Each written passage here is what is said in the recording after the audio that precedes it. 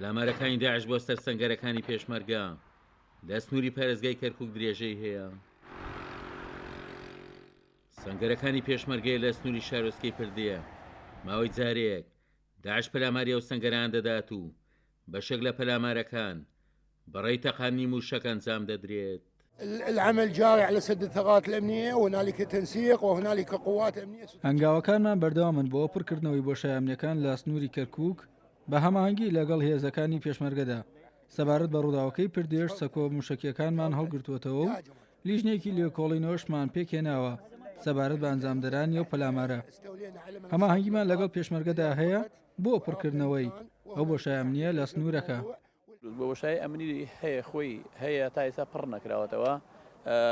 ئیتر سیاسەتی ژوایلیەکە و شوێنانە بەکار بێت بۆی توهمەیە بۆ لایەنەکانی کە دروست بێت بە هیمەتی هەموو لایەک لە هەوڵایە پێشمەرگە و جێیش عێراقی بۆی هەموو منتخەکە بکرێتە ئیسراحەتەوە هێزێکی وا دروست بکرێت کە خەڵکەکە بتوانێت بە سەلامەتی و بە ئەمانەت بژێت. چەتەگەری داعش نەکو هەر لە سنووری پارێزگای هەولێر کە کەرکووک لە سنووری پارێزگای دیالە و سڵاحدین و لە هەموو شوێنە لێرە و لێوێ چەتەگەری خۆیەکە. ئایا ئەم چەتەگەریە تا چەندێک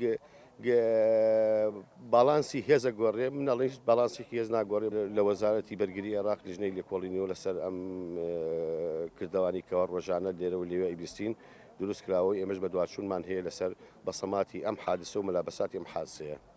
سەرکردەی لایەنێکی کوردستانی لە کەرکووک دەڵێت هەتا بۆشای ئەمنیەکان پڕ نەکرێنەوە پەلامارەکانی داعش بۆ سەر پێشمەرگە و هێزە ئەمنیەکان درێژەی دەبێت. لێرە و لەوێ ئەیبینین کە هەڵەکوتنە سەر مەڵگەکانی پێشمەرگە و شەهید و بریندارمان هەیە بەداخەوە.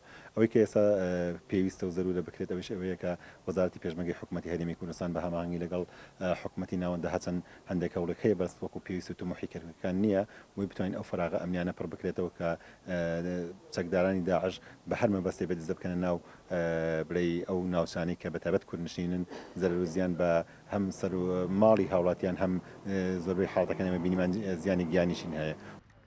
وەک شارزانی بواری ئەمنی و سەربازی ئاماژەی بۆ دەکەن لە ئێستادا لە ناوچە جێناکۆکەکان هەستی هاوکاری و هەمانگی نێوان سوپا و پێشمەرگە لە جاران باشترە، بەڵام لە ڕوویاڵ و گۆڕی زانیاری و ئەنجامدانی ئۆپراسیۆنی هاوبەشەوە هاوکاریەکان لە سنووری کەرکووک لە ئاستی پێویستدانین. عومەر غەریب، کورسات نیوز، کەرکووک.